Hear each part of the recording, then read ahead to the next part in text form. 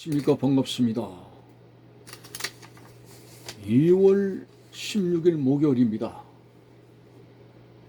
성경 말씀은 누가복음 20장 27절에서 40절까지를 읽어드리겠습니다. 부활이 없다고 주장하는 사도계인 중 어떤 이들이 와서 물어 이르되, 선생님이여, 모세가 우리에게 써주기를 만일 어떤 사람의 형이 아내를 두고 자식이 없어 죽으면 그 동생이 그 아내를 취하여 형을 위하여 상속자를 세울지니라 하였나이다.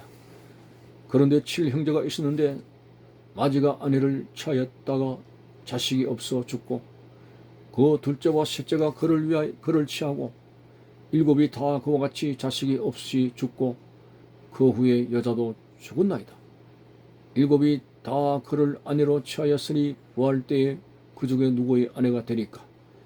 예수께서 이르시되, 이 세상의 자녀들은 장가도 가고 시집도 가되 저 세상과 및 죽은 자 가운데서 부활함을 얻기에 합당히 여김을 받은 자들은 장가가고 시집가는 일이 없으며 그들은 다시 죽을 수도 없나니 이는 천사와 동등이요 부활의 자녀로서 하나님의 자녀임이라.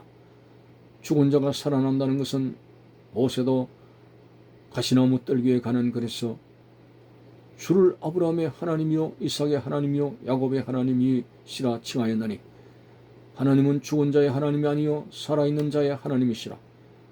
하나님에게는 모든 사람이 살아있느니라 하시니 서기관 중 어떤 이들이 말하되, 선생님 잘 말씀하셨나이다 하니 그들은 아무것도 감히 더 물을 수 없음이더라. 아멘. 이번에는 예수님을 대적하는 무리들이 바리새인파가 아니라 사두개파 사람들입니다. 당시에 파가 있었습니다. 사두개파, 바리새파, 또 열심당원파, 에세네파 이런 파들이 있었는데 사두개파의 특성은 사람이 죽으면 결코 부활이 없다고 주장을 하고 있는 것이 특성입니다. 그에 비해 바리새인들은 부활을 믿고 소망하는 그런 파들입니다. 자, 오늘 바리새인들이 자기들의 주장을 확고히 갖고 예수님께 나왔습니다. 선생님, 모세가 우리에게 써주기를 만일 어떤 사람의 형이 아내를 두고 자식이 없어 죽으면 그 동생이 그 아내를 취하여 형을 위하여 상속자를 세웁니다. 그런데 7형제가 있어요. 마지가 아내를 취하였다가 자식이 없어 죽고 둘째와 셋째가 그를 취하고 7이 다 그를 취했습니다. 그 후에 여자도 죽었습니다. 7의 형제가 다 한 여자를 아내로 취하였으니 만일 부활 때면은 그 여자는 7형제 중에 누구의 아내가 되는 것입니까? 이것은 부활의 모순을 이야기하므로 절대로 부활이 없다는 것을 자기들의 논리로 타당성을 끌어내기 위해서 예수님께 부활의 문제를 반박하기 위해서 이런 비유를 내놓았습니다. 자기들의 논리를 가지고는 대단한 거죠. 자, 7형제가 한 여인을 아내로 다 삼으면서 살았다 이거죠. 이 땅에서. 그렇다면은 예수님 당신의 말씀대로 부활이 있다고 하면은 얼마나 이게 천국의 삶이 모순이냐.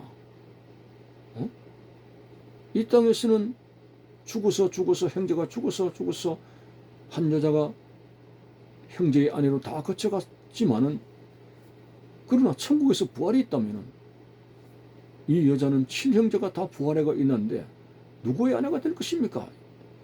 말도 안 되는 그런 부활의 논리 이야기하지 마세요.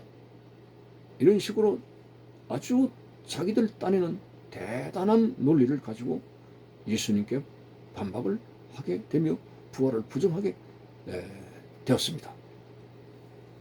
자, 그때 그 머리들 중에는 바리새인들도 있었습니다. 사실 바리새인들이 그것에 대해서 대답을 못하고 있었거든요. 바리새인들은 부활을 믿고 소망하고 있는 판데 사두개파들이 그런 칠령제 논리를 가지고 반박을 하게 될 때 바리새인들은 대답할 수가 없습니다. 부활을 믿는다고 하지만은 그런 모세의 법에 의해 가지고 칠령제 이야기를 하게 되면은 할 말이 없는 거죠.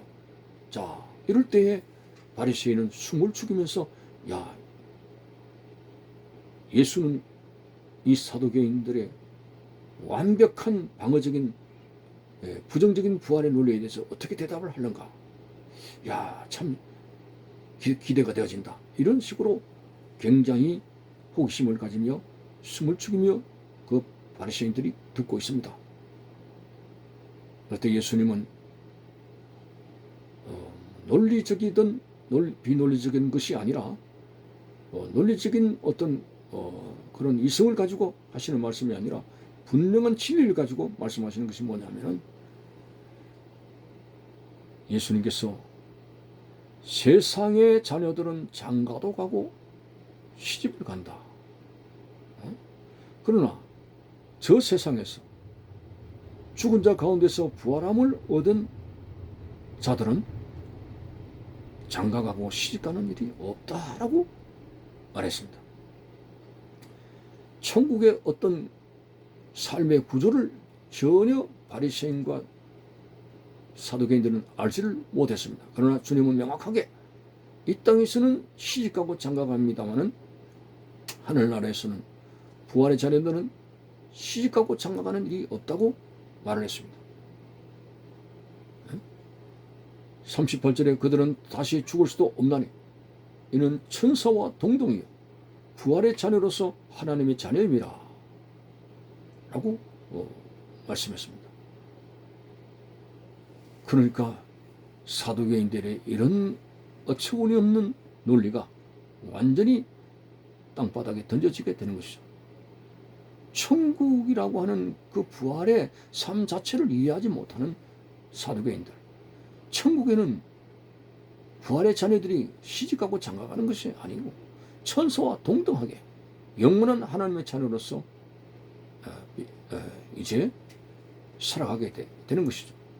더 구체적으로 우리는 신약시대의 그리스도와 더불어서 말씀드리면 예수님은 부활의 모든 자녀의 신랑이시고 우리는 신부로서 그분을 기뻐하며 천국에서 살아가게 되는 그런 신령한 구조를 가지고 있는 것입니다. 사두개인들은 그런 구조를 이해하지 못했습니다. 부활이 없다고요? 예수님께서는 더 부활의 진정성을 말씀합니다. 37절에 모세도 가시나무 떨기에 관한 글에 써서 주를 아브라함의 하나님이요 이삭의 하나님이요 야곱의 하나님이라고 칭하지 않았느냐. 다시 말해서 하나님은 고 아브라함, 고 이삭, 고 야곱의 하나님, 죽은 자의 하나님이 아니라 하나님은 산 자의 하나님이라. 38절에 하나님은 죽은 자의 하나님이 아니요 살아있는 자의 하나님이시라. 하나님에게는 모든 자가 살아있느니라 하는 이 부활의 분명한 진리를 이제 예수님께서 말씀했습니다. 만일 아브라함이 죽었다면 아브라함과 이삭과 야곱의 하나님이라고 부르지 않았습니다. 우리가 장례식의 절차법대로 고라고는 말이 들어가야 되겠죠. 죽은 아브라함은 죽었고 이삭도 죽었고 그게 아닙니다. 하나님에게는 모두가 다 산자이기 때문에 하나님은 죽은 자의 하나님이 아니라 산자의 하나님이기 때문에 아브라함과 이삭과 야곱의 하나님이라고 부른 것이 아니냐라고 예수님께서 말씀을 했습니다.